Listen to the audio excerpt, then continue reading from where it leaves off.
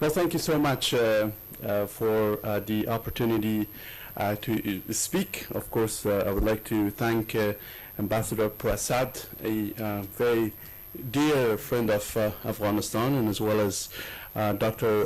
Vishal Chandra, also a good friend of Afghanistan, a leading expert in South Asia on Afghanistan. So I'll try to keep my remarks as short as possible, so we have enough time for Q&A.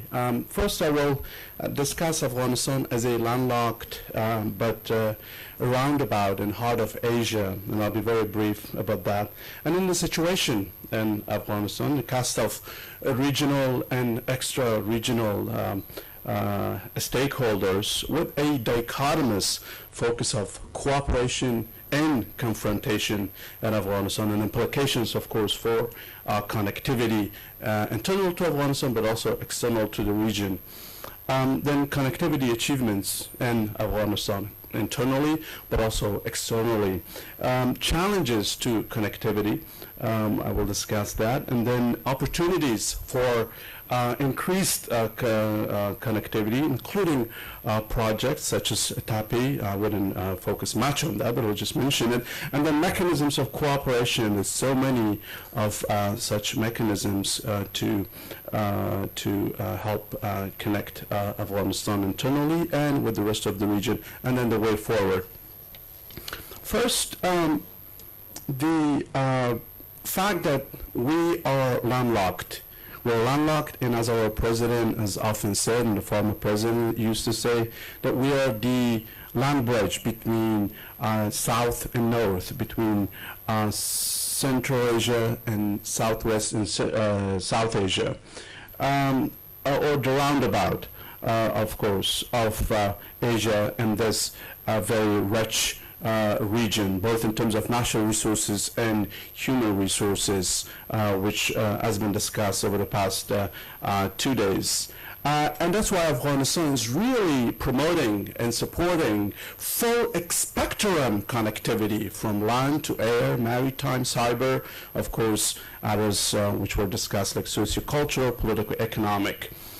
The cast of regional and extra-regional stakeholders concerned with Afghanistan and involved in Afghanistan include, of course, India, China, Russia, Pakistan, and Iran, and as well as extra-regional players such as the United States and the European Union. This is very important to keep in mind as I discuss connectivity in Afghanistan. So if we think about cooperation and then connectivity, we can discuss the achievements of Afghanistan over the past now 15 years since the fall of the Taliban. If you recall where Afghanistan was under the Taliban, we were one of the most isolated countries in what is already at least connected region, South Asia and Central Asia. But we've come a long way over the past 15 years in terms of not only hard connectivity, which includes the completion of the Afghan National Railroad, part of which was built with the financial support of India, the Zaranj-Dilaram connecting Afghanistan with Iran, which now is, of course, a route to Charbahar port. But also on the soft side, in terms of political security, defense, social, economic, and cultural inside Afghanistan, thinking about state building process and how that has benefited Afghanistan and the Afghan people across the country with the international support, including regional support, particularly from India, with their now $3 billion, $2 billion of which has been spent, with $1 billion recently pledged to help continue consolidating the gains Afghanistan have made, both in the hard and as well as soft sides, including connectivity. The challenges to connectivity in Afghanistan, as the concept note alludes to, and which has been discussed thoroughly throughout this conference so far, include inter-state tensions and hostilities that actually get in the way of connectivity.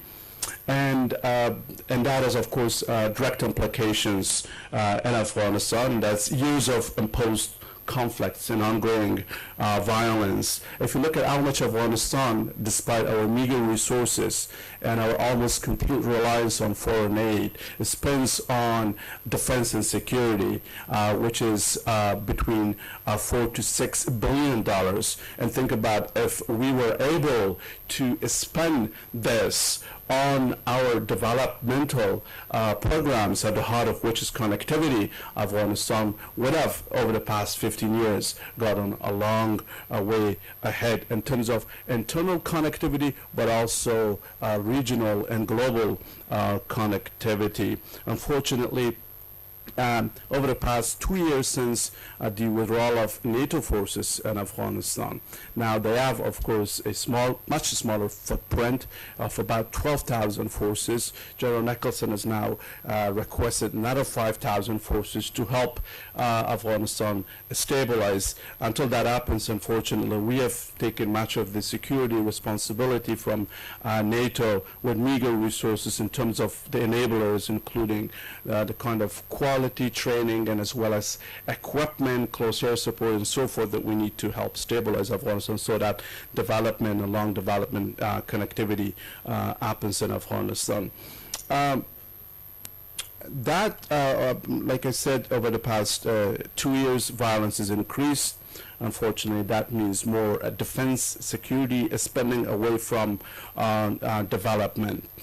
And therefore, also, the fact that the interstate tensions are there, we have not been able to implement a number of regional and sub-regional trade and transit agreements, such as the APTA, Afghanistan-Pakistan Trade and Transit Agreement.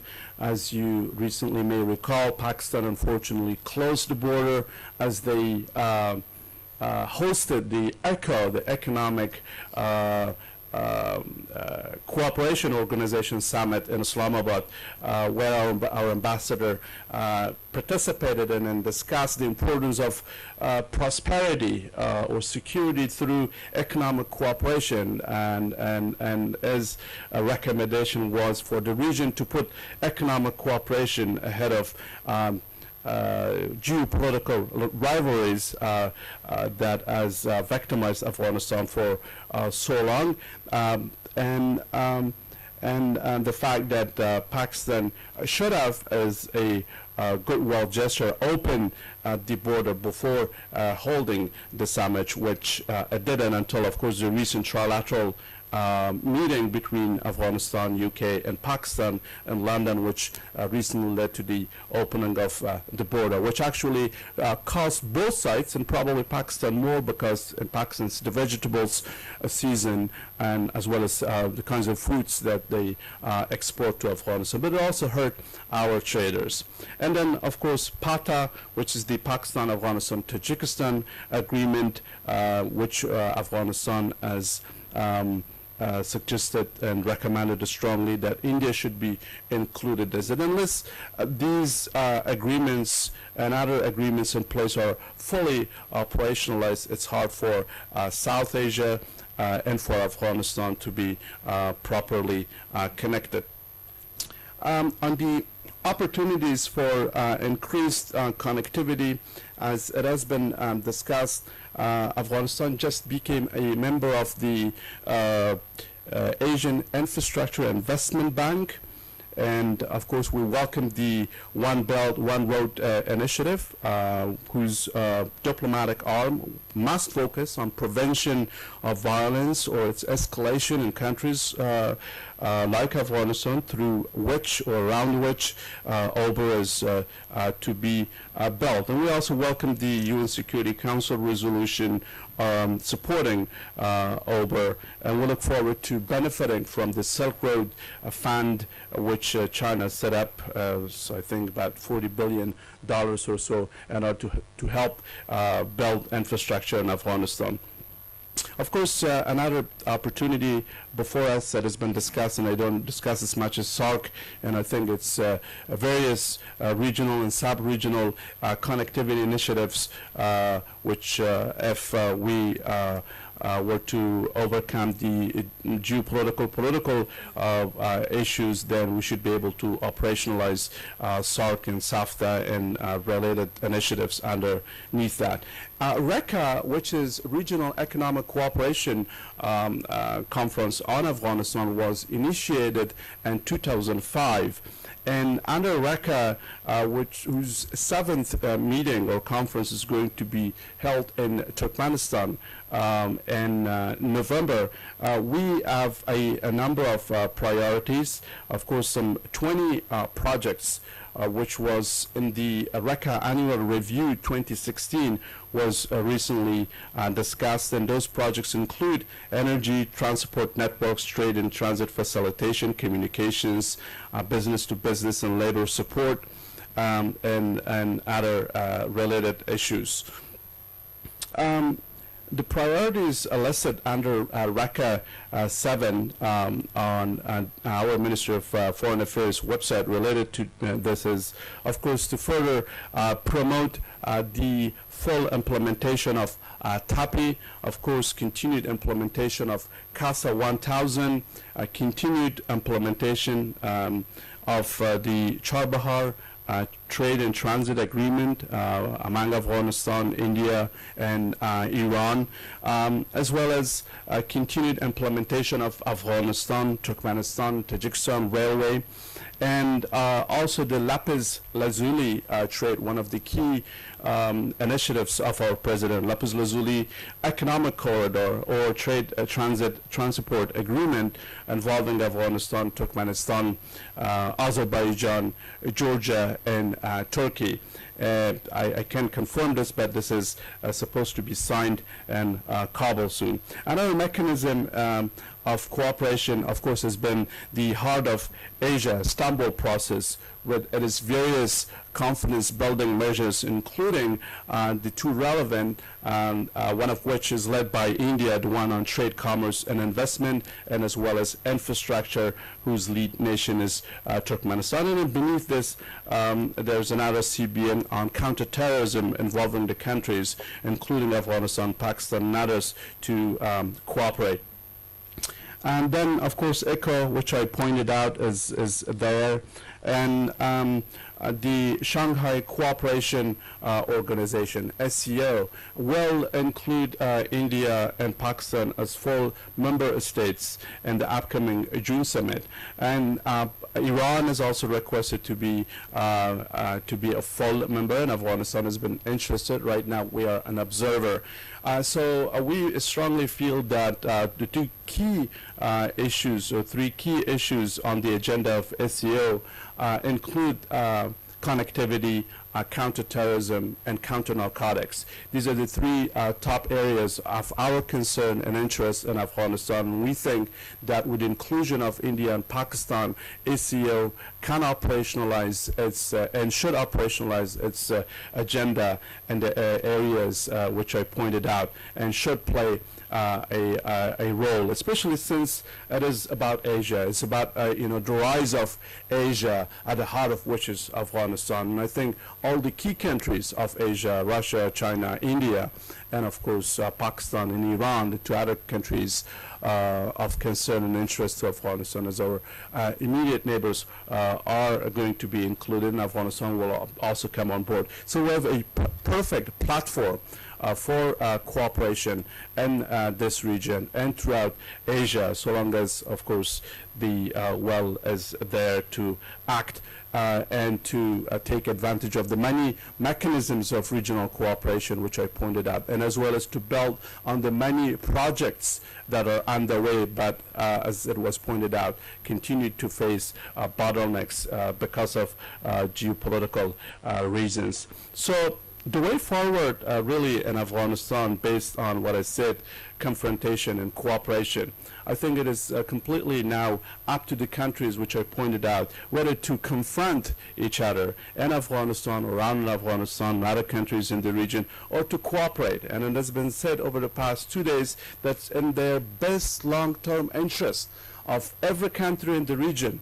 And that's what I told these countries, 6 countries that participated in the recent 15th meeting in Moscow on peace in Afghanistan, where I led our delegation, and I talked to each one of the heads of the delegation and exactly told them these words, that it is up to you around this table to take advantage of the opportunities to cooperate in Afghanistan as opposed to confront. And I think continentally speaking, of course, the rise of Asia very much depends on cooperation as opposed to confrontation. And Afghanistan is right at the center, very center of the heart of Asia countries, which are about 14 countries, and participate in the Heart of Asia Istanbul process to help stabilize Afghanistan.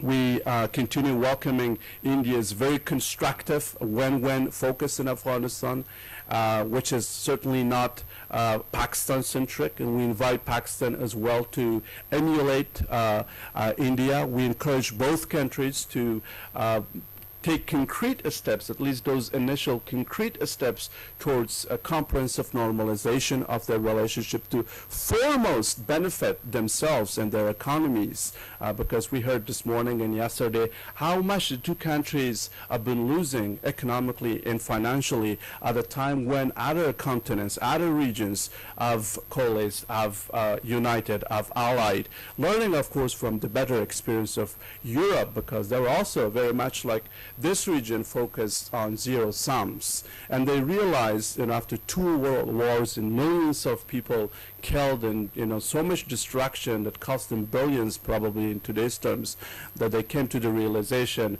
that they needed to create a common custom, which then of course evolved into the European community and then to the European Union. And just recently they celebrated 60 years of that union under since the adoption of the Rome Treaty. So the examples are there. We individually, the countries in the region, know how much we're losing. Details were discussed over the past 2 days, and I hope that South Asia will, especially based on the recommendations provided by this conference, will